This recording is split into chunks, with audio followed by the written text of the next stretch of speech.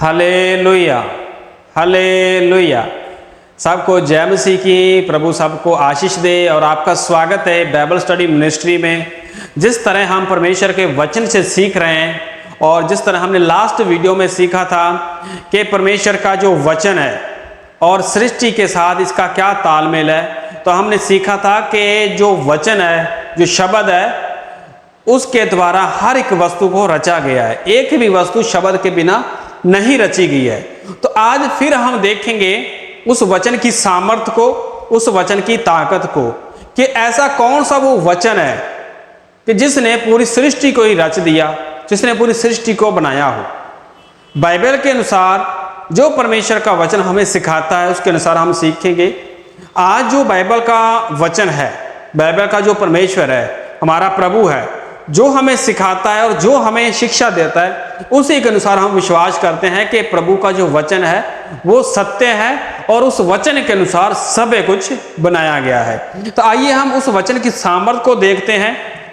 Old testament से, पुराने नियम में से जो पहली पुस्तक है उत्पत्ति की, उसमें से हम पढ़ेंगे उसका पहले अध्याय की पहली आयत को। एक अध्याय उसकी एक आयत से पढ़ेंगे।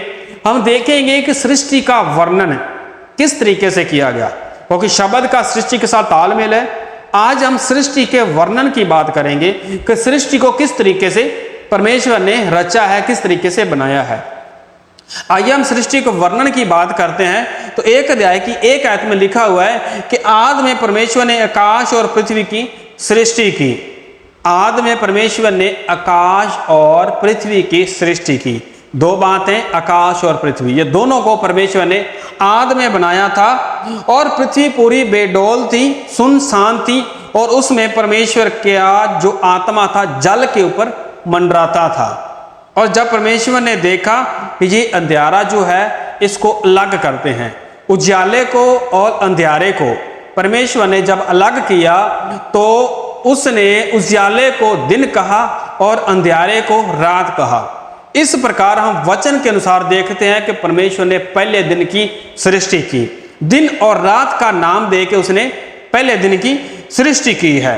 और जब हम देखते हैं, दूसरे दिन की बात करते हैं, तो परमेश्वर ने देखा कि जो जल है, पहले हमने देखा कि जल के ऊपर, पृथ्वी के ऊपर जो जल है, जल के ऊपर परमेश्वर का आत्मा मंडराता था। और अब जो जल है, परमेश्वर ने कहा कि इसको दो भाग में बांट देते हैं। तो परमेश्वर ने जैसा कहा कि जल दो भाग में बंट जाए, तो वैसा ही हुआ, ऊपर का जल और नीचे का जल। तो जल दो भाग में जैसे बांट गया, लिखा हुआ है, पर परमेश्वर ने कहा कि जल के बीच एक ऐसा अंतर हो कि जल दो भाग में हो जाए। तो नीचे के जल और ऊपर के जल को परमेश्वर ने अलग किया। तो ऊपर के जल को परमेश्वर ने आकाश का नाम दिया। इस प्रकार परमेश्वर ने देखा कि सांझ हुई, फिर भोर हुआ और दूसरा दिन हुआ। यह दूसरे दिन की बात है।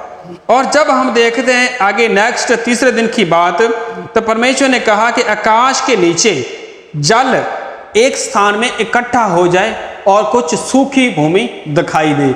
जो सूखी भूमि थी उसको परमेश्वर ने, पृथ्वी के ऊपर जो सूखी भूमि थी उसको, और जो जल एक जगह पर इकट्ठा हुआ था उसको परमेश्वर ने दो भाग में बांट दिया। और सूखी भूमि को पृथ्वी कहा और जो जल इकट्ठा हुआ था उसको समुद्र कहा। इस प्रकार जो सूखी भूमि थी उसके ऊपर परमेश्वर ने कहा कि पृथ्वी से हरी हरी घास तथा बीज वाले छोटे पेड़, फलदायी वृक्ष भी, जिनके बीज उन्हीं में से हो, और जाति जाति के अनुसार पृथ्वी पर उगे। तीसरे दिन परमेश्वर ने जल को अलग करके सूखी भूमि के ऊपर पेड़ पौधे की सृष्टि की। इस प्रकार हम देखते हैं कि तीसरे दिन परमेश्वर ने पेड़ पौधों की, हरी हरी घास की और वृक्षों की, फलदायी की, बीज वाले पेड़ पौधों की सृष्टि की थी। जब हम चौथे दिन की बात करते हैं तो परमेश्वर ने देखा कि पृथ्वी के ऊपर दिन और रात के अलग करने के लिए आकाश के अंतर में कुछ ज्योतियों को बनाया जाए। तो क्या किया कि वह चिन्ह के लिए, वर्षों के लिए, नियत समयों के लिए और दिनों के लिए उनका कारण बने। क्योंकि उस समय में समय को किस तरीके से मेंटेन करना था, जो साल थे उसको किस तरीके से गिनना था, दिन को किस तरीके से देखना था, उसको समय के अनुसार जो रोशनी होगी तभी वो कुछ ऐसी ज्योति होगी उसी के अनुसार वो समय को सेट कर सकते थे। तो कुछ चिन्ह होंगे ऐसे। तो परमेश्वर ने बड़ी बड़ी ज्योतियों को आकाश मंडल में स्थित किया और उसमें दो बड़ी जातियां और स्थित की, जो बड़ी ज्योतियों स्थापित की, जो सूरज और चांद है। जो एक बड़ी ज्योति है वो सूरज है और छोटी ज्योति है वो चांद है, और तारेगण को भी बनाया। बड़ी ज्योति को परमेश्वर ने दिन के ऊपर प्रभुता करने के लिए स्थित किया और छोटी ज्योति को रात के ऊपर राज करने के लिए, प्रभुता करने के लिए ठहरा दिया, और तारेगण को भी दिया कि वो धरती के ऊपर, पृथ्वी के ऊपर रोशनी दे। इस प्रकार जो ज्योतियों परमेश्वर ने बनाई है, सूरज, चांद, तारे, जितने आकाश मंडल में तारागण है, जहाँ ज्योतियां हैं और भी हैं, उनको परमेश्वर ने चौथे दिन में बनाया था। ये 4 दिन हुए, फिर सांझ हुई, भोर हुआ, और इस प्रकार चौथा दिन हो गया। जब हम नेक्स्ट डे की बात करते हैं तो परमेश्वर ने कहा कि जल जीवित प्राणियों से पानी जो है, जो जल है वो भर जाए, जीवित प्राणियों से भर जाए। जीवित प्राणी परमेश्वर ने बनाए, जिसमें पक्षी भी थे, पक्षी जो पृथ्वी के ऊपर उड़ते हैं और आकाश के अंतर में रहें। और इस प्रकार परमेश्वर ने जाति जाति के बड़े बड़े जल जंतुओं की और उन सब जीवित प्राणियों को भी सृष्टि की। इस प्रकार जल के बीच में बहुत सारे जीवित जंतु और आकाश में पक्षी की परमेश्वर ने सृष्टि की। परमेश्वर ने उनको आशीष भी दी कि फलो फलो और समुद्र में के जल में भर जाओ। पक्षियों को भी कहा कि तुम बढ़ो। इस प्रकार भोर और सांझ हुई और 5 दिन पूरे हुए। ये 5वां दिन था। आगे नेक्स्ट डे में देखते हैं कि परमेश्वर ने कहा एक जाति के जीवित प्राणी, पृथ्वी में एक जाति के जीवित प्राणी, जो अर्थात घरेलू पशु, रेंगने वाले जीव जंतु, पृथ्वी पर वन पशु और जाति जाति के अनुसार उत्पन्न हुए।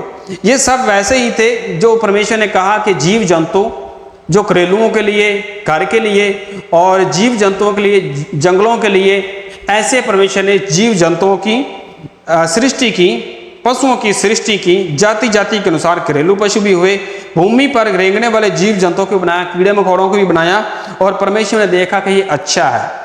इसी के साथ परमेश्वर ने कहा कि इसके ऊपर अधिकार रखने के लिए, जो कुछ परमेश्वर ने बनाया है अब तक, इनके ऊपर अधिकार रखने के लिए हम मनुष्य को बनाते हैं। 26 में लिखा हुआ है कि आओ, हम परमेश्वर ने कहा कि आओ मनुष्य को अपने स्वरूप के अनुसार अपनी समानता में बनाएं, कि वह समुद्र की मछलियों, आकाश के पक्षियों, घरेलू पशुओं और पृथ्वी पर सब रेंगने वाले जंतुओं को पृथ्वी पर से जो रेंगते हैं अधिकार रखे।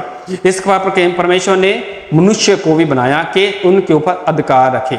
उसको कहा, मनुष्य को कहा कि जो मैंने फलदायक पेड़ पौधे बनाए हैं वो आपके भोजन वस्तुओं के लिए हैं, और जो पेड़ पौधे हरी हरी घास मैंने बनाई है पृथ्वी के ऊपर वो जीव जंतुओं के लिए, वो खाएंगे और जीवित रहेंगे। इस प्रकार 6 दिन पूरे हुए। और नेक्स्ट डे में देखते हैं जो आकाश और पृथ्वी और उसकी सारी सेना का बनाना समाप्त हो गया, और परमेश्वर ने अपना काम जिसे वह करता था 7वें दिन में पूरा किया। अब 7वें दिन पूरा करने के बाद परमेश्वर ने 7वें दिन को विश्राम का नाम दिया। परमेश्वर ने 7वें दिन को आशीष दी और पवित्र ठहराया, क्योंकि उसने सृष्टि की रचना के सारे काम को विश्राम लिया था। तो परमेश्वर ने इस प्रकार 7 दिन में पूरी सृष्टि की रचना की अपने शब्द के द्वारा। ये है शब्द की ताकत, ये है वचन की ताकत। हमने देखा था कि in the beginning there was a word. हमने देखा था यूहन्ना 1:1 में लिखा हुआ था कि आदि में वचन था, वचन परमेश्वर के साथ था, वचन ही परमेश्वर था। यही वचन के तालमेल इन द बिगिनिंग में है, इस जेनेसिस में है, उत्पत्ति की पुस्तक में है, कि वही शब्द की जो सामर्थ है, वही शब्द के जो परमेश्वर है, उसने उस शब्द के द्वारा ही पूरी सृष्टि की रचना की है। ये है परमेश्वर की सामर्थ, ये है परमेश्वर की ताकत, ये बाइबल के वचन की ताकत है। हम इस वचन के ऊपर विश्वास करते हैं और हम मानते हैं कि जो कुछ परमेश्वर ने बनाया है धरती के ऊपर, ये सब कुछ परमेश्वर ने अपने वचन की सामर्थ के द्वारा बनाया है। हर एक वस्तु जो कुछ देखते हैं धरती के ऊपर, ये सब वस्तुएं परमेश्वर ने अपने वचन की ताकत और सामर्थ के द्वारा सृष्टि की है, और ये सारा कुछ परमेश्वर ने अपनी बुद्धि के अनुसार, अपनी समझ के अनुसार सारा कुछ बनाया है। मनुष्य को भी बनाया है ये 7 दिन के अंदर में। हम नेक्स्ट चैप्टर में देखेंगे, नेक्स्ट वीडियो में देखेंगे कि परमेश्वर ने मनुष्य को किस तरीके से बनाया था। यहां पर सिर्फ ऐसा लिखा हुआ है कि आओ हम मनुष्य को अपने स्वरूप में बनाते हैं। नेक्स्ट वीडियो में देखेंगे कि मनुष्य को बनाया कैसे था। जो अभी यहां पर सिर्फ जीव जंतु पेड़ पौधे की बात की गई है, मनुष्यों की जो उत्पत्ति, मनुष्यों की जो सृष्टि थी वो कैसे हुई, मनुष्य कैसे संसार में बढ़े, वो हम नेक्स्ट वीडियो में देखेंगे। आज के लिए इतना ही। परमेश्वर आपको इस वचन के द्वारा आशीष दे। परमेश्वर के इस वचन को बहुत सारे लोगों तक शेयर कीजिए, इस चैनल को सब्सक्राइब कीजिए और प्रभु आपको इस वचन के द्वारा बहुत सारी आशीष दे। सबको जय मसीह की। आमीन, हालेलुया।